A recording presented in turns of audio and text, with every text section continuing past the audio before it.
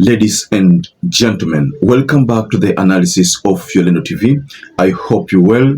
From wherever you're watching this channel, I'd like us to go back to a situation that was witnessed nearing the area of Cabanas. And this is all about regarding Gachagua's procession.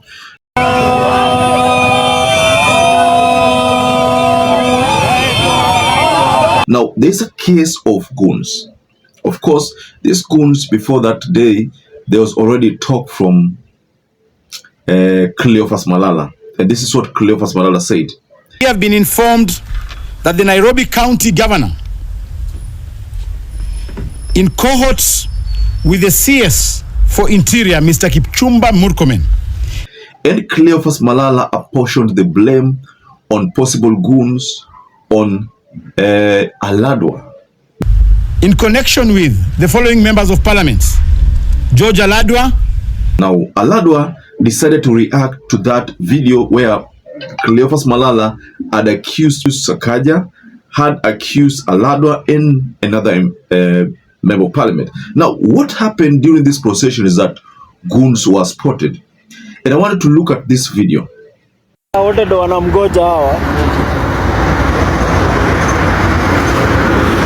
Men in black suit, boys, Subaru boys in black suit. Subaru boys. Sini hawa bala. Kwa nini gani wengine? Hawa wote wako na black hawa.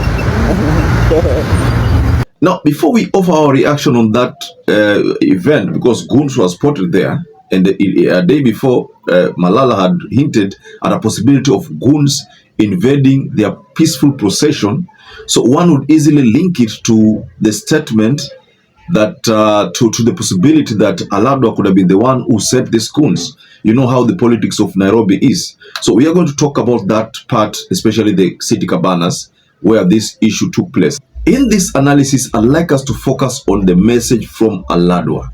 There is something that Aladwa told Cleophas Malala. But before we do that, ladies and gentlemen, kindly take this opportunity, like this video. The way I've discovered that many of you good viewers watch our videos, but if you forget to like, please subscribe, and thank you so much for your support. Aladwa warned Malala. Hakuna kitu yote mimi napanga kuleta utata katika mji wa Nairobi. Nataka kumwambia Malala akiendelea na tabia yake, mimi sina police station, nitakabidhiana na yeye mwenyewe. Nataka mchukue habari vizuri. Malala achungana mimi si rika yake, na ache kunitaja ovyo ovyo. Mimi ukiniguza na kuguza. Ameita jina yangu si peremende kwa mdomo yake.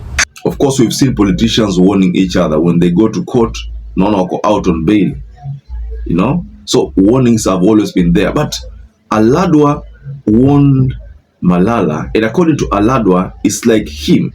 He is not going to opt for a court kind of arrangement to deal with Malala. It's like he's going to handle Malala head on, you know. The lawyers call it mundu kumundu. That is what is going to happen. There is nothing like a court battle between Malala and Aladwa. Now, if you focus on the procession of regarding Gachagua, Goons was spotted. Of course, Goons were meant to disrupt that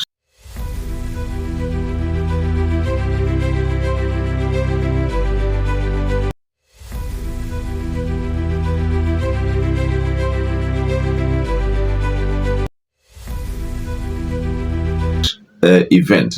You know, I'm going to talk about something that Methu said in a separate video, because Methu said something which was a bit concerning, but we're going to talk about that. But on this part, we are waiting to see what Aladwa is going to do. You see, the politics of Nairobi is all about Goons. Nairobi kuna Goons wengi. You survive there. For you to become a politician, you must also exhibit qualities of a Goon. I mean, take a look at Babu Owino. Babu Owino is a successful member of parliament, but you see, the truth of the matter is that Babu Owino has foot soldiers who would rather die for him.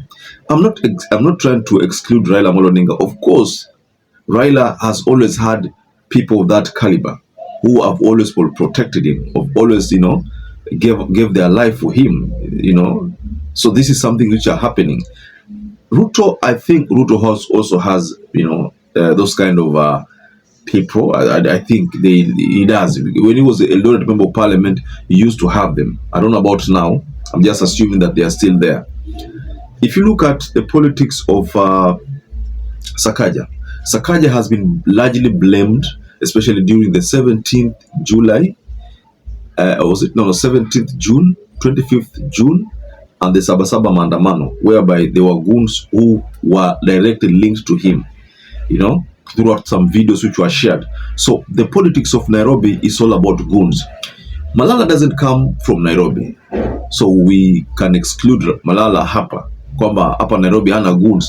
But we know that back there in Kakamega, Malala also has goons. So these are politics of goons, ladies and gentlemen. So in this kind of situation, Aladwa is the man who is being blamed.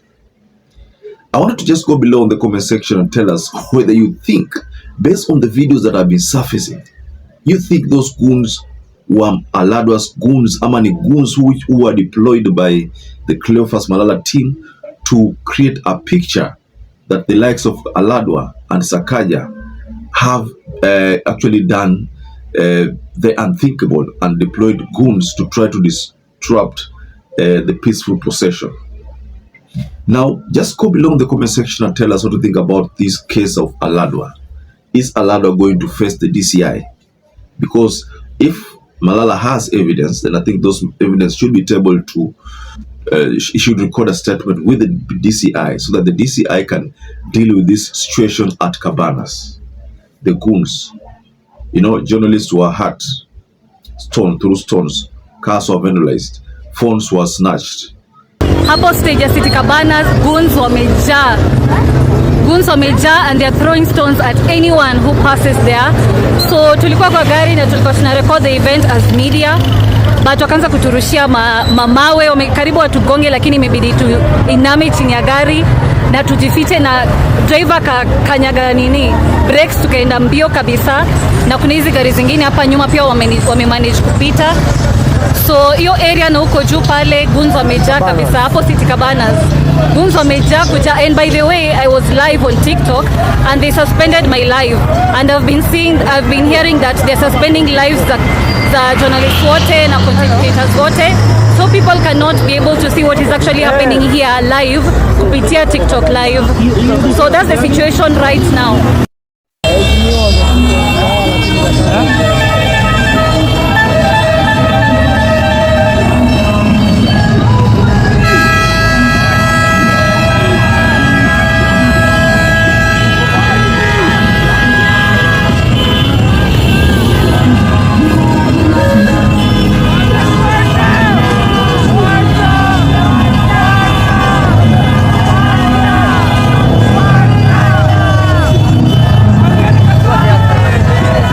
What happened, and this is not the first time. We remember even Raila Amolo Odinga to 2023, there was a lot of this kind of happening. So just go below in the comment section and offer your reaction. So perhaps if you're watching this video and you've not subscribed, take 1 second and subscribe, like this video. Until you catch up again, stay safe and stay blessed.